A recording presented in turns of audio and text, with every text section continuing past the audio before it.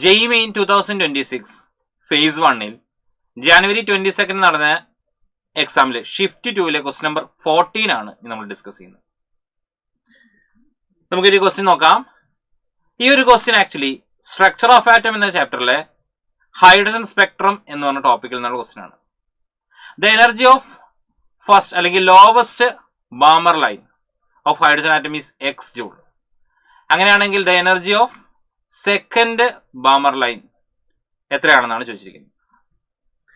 അപ്പൊ നമുക്കറിയാം Balmer series പ്രകാരം നമുക്ക് ആക്ച്വലി ഏതെങ്കിലും ഒരു സീരീസ് ആണെങ്കിൽ എനർജിയുടെ equation E is equal to അല്ലെങ്കിൽ delta E is equal to we can write 13.6 into z square into 1 by n1 square minus 1 by n2 square. ഇതാണ് ആക്ച്വലി നമ്മുടെ ഇക്വേഷൻ വരിക. അപ്പൊ ആക്ച്വലി ഇവിടെ നമുക്ക് first line of Balmer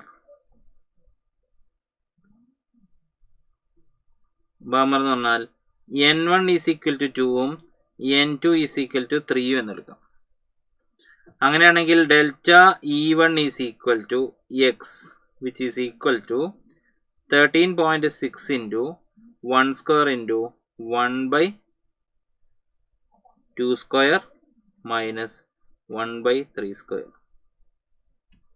or that is equal to 13.6 into 1 by 4 minus 1 by 9, or that is equal to 13.6 into 5 by 4 into 9.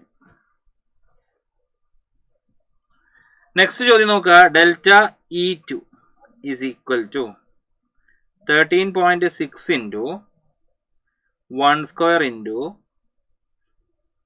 Delta E2ലേക്ക് കയറുന്നതിന് മുമ്പ് second line of, അപ്പം നമുക്ക് പറയാം ഫസ്റ്റ് ലൈൻ നമ്മൾ പറഞ്ഞു, ഇനി സെക്കൻഡ് ലൈൻ ഓഫ് ബാമർ. ഇപ്പോൾ സെക്കൻഡ് ലൈൻ ഓഫ് ബാമർ ആണെങ്കിൽ n1 ഈസ് ഈക്വൽ ടു 2 തന്നെയും n2 ഈസ് ഈക്വൽ ടു 4 എന്നും എടുക്കാം. അപ്പോൾ delta E2 is equal to 13.6 into 1 square into 1 by 2 square minus 1 by 4 square, or that is equal to 13.6 into 1 by 4 minus 1 by 16, or that is equal to 13.6 into 12 divided by 4 into 6, 16, cancel ചെയ്താൽ 3. അങ്ങനെയാണെങ്കിൽ delta E2 divided by x is equal to 13.6 into 3 by 16 divided by 13.6 into 5 by 3 into 5 by 4 into 9. അപ്പോൾ 4ഉം ഇതും cut ചെയ്താൽ 4 വരും. 13.6ഉം 30.6ഉം cancel ചെയ്യാം.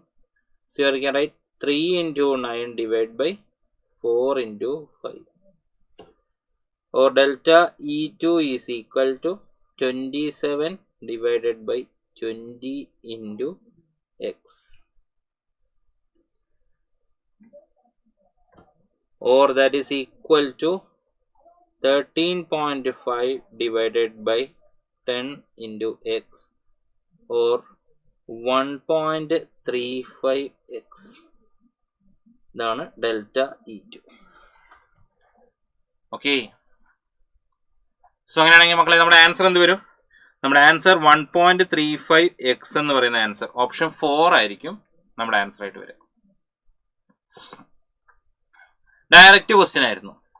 Structure of ആറ്റത്തിന് ചോദിക്കാവുന്ന ഒരു direct question ആണ്. നമ്മൾ എപ്പോഴും എക്സ്പെക്ട് ചെയ്യുന്ന ഒരു ക്വസ്റ്റ്യൻ തന്നെ ആയിട്ട് വന്നതാണ്. ഹൈഡ്രജൻ സ്പെക്ട്രത്തിൽ നിന്നുള്ള എന്താണ് അതിൻ്റെ എനർജി ചേഞ്ചിൻ എനർജി, രണ്ട് ലെവലിലുള്ള എനർജി ഡിഫറൻസുകളുടെ തമ്മിലുള്ള റിലേഷൻ ആയിരുന്നു ക്വസ്റ്റ്യൻ ഉണ്ടായിരുന്നത്. ക്ലിയർ അല്ലേ?